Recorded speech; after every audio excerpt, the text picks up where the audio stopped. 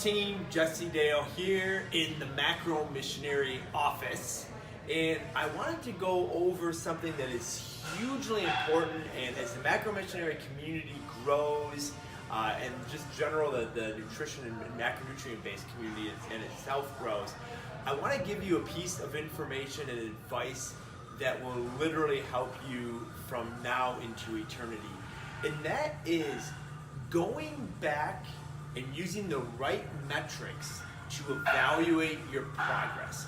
And what I mean by the right metrics is most people get into nutrition and the exercise lifestyle because they want to look better, feel better, or perform better. Those are pretty much the top three. Education falls in there as a close fourth, but those are pretty much the top three.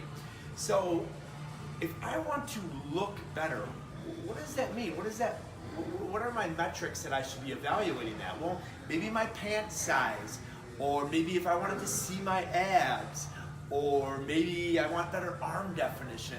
So all very, very objective measurements I can look at to see if I'm getting closer to my ultimate goal of looking better, okay?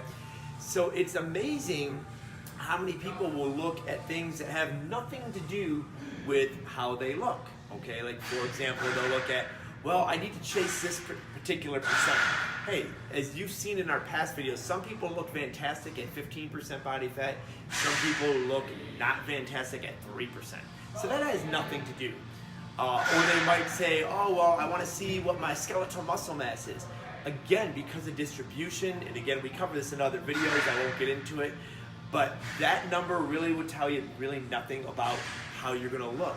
So the best performance metric, if you want to look better, photos.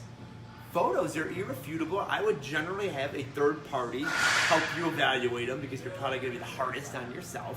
We all know how that works. All right?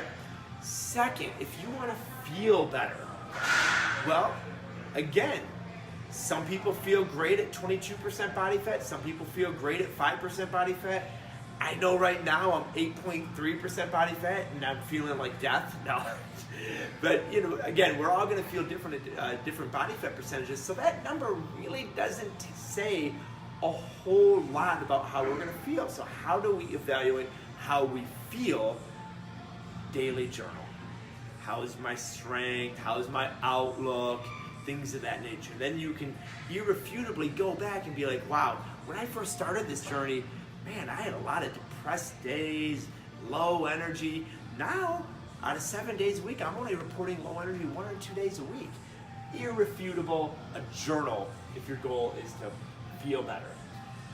Lastly, perform better. I love this one because just like the other two, it's very, very objective. If your goal was, hey, I'm in this to be a better CrossFitter, I want to be a better runner, get a better mile time, I want to deadlift a Buick.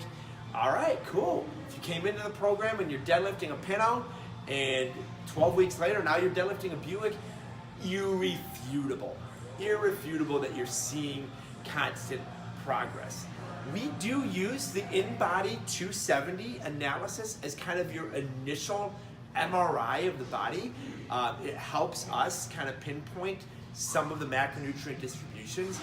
But as far as evaluating progress, it's a very easy manipulated tool.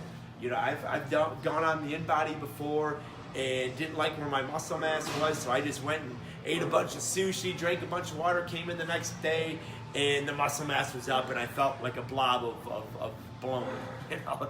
So that data is very easily manipulated. Pictures are not manipulated. I'm not talking about using filters. I'm talking about regular pictures, same lighting, same place.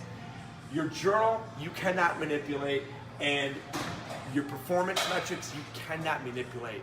So use those metrics to evaluate progress. And those are the metrics that we, as macro missionary coaches, really encourage and will be using to evaluate your progress moving forward. All right, so hopefully this was helpful for you.